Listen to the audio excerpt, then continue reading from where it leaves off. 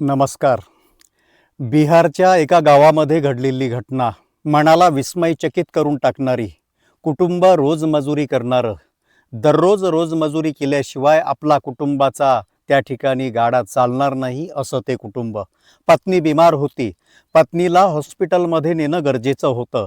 पत्नीला घेऊन पती त्या ठिकाणी हॉस्पिटलला घेऊन जायला पायी निघतो आणि एक फार मोठा डोंगर रस्त्याने लागतो.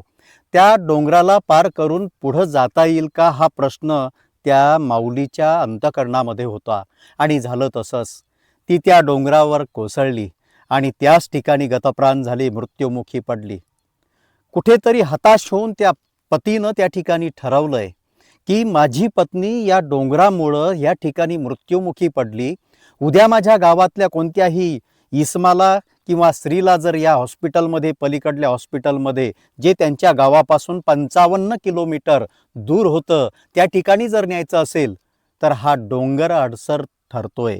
आपल्या पत्नीच्या निधनानंतर त्या माणसानं ठरवलं की हा डोंगर पोखरून काढायचा आणि या डोंगरातून जात सरळ मार्गानं त्या हॉस्पिटल गाठायचं. कुणालाही या डोंगरामुळं उद्या मृत्यूला सामोरं जाता येणार नाही, कारण मी तो रस्ता खोदून काढतो. हाच तो मांझी, ज्यानं तो डोंगर त्या ठिकाणी पोखरून काढला. त्या डोंगराला खोदलं. एक हातोडा आणि एक छिन्नी या फक्त साहित्याच्या रूपानं, या साहित्याचा आधार घेऊन अहोरात्र 22 वर्ष हा माणूस फक्त खोदत होता. सगळी माणसं त्या व्यक्तीची टिंगल टवाळी करत असतानाही सुद्धा त्याकडे त्यानं लक्ष दिलं नाही आणि सतत रात्रंदिवस खोदकाम करत गेला.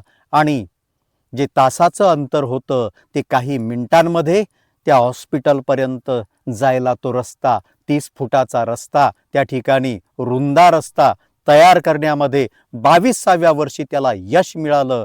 आणि त्यामुळं त्या गावातली मंडळी, त्या गावातले पुरुष आणि स्त्रिया, मुलं बाळं जे बिमार असायचे, त्या हॉस्पिटलपर्यंत ज्यांना फेरा मारावा लागायचा 55 किलोमीटरचा, तो काही मिनिटांमध्ये त्या हॉस्पिटलमध्ये या रस्त्यामुळं त्यांना जाता येऊ लागलं. असे कितीतरी प्राण त्या ठिकाणी मांझीनं त्या ठिकाणी वाचवलेत.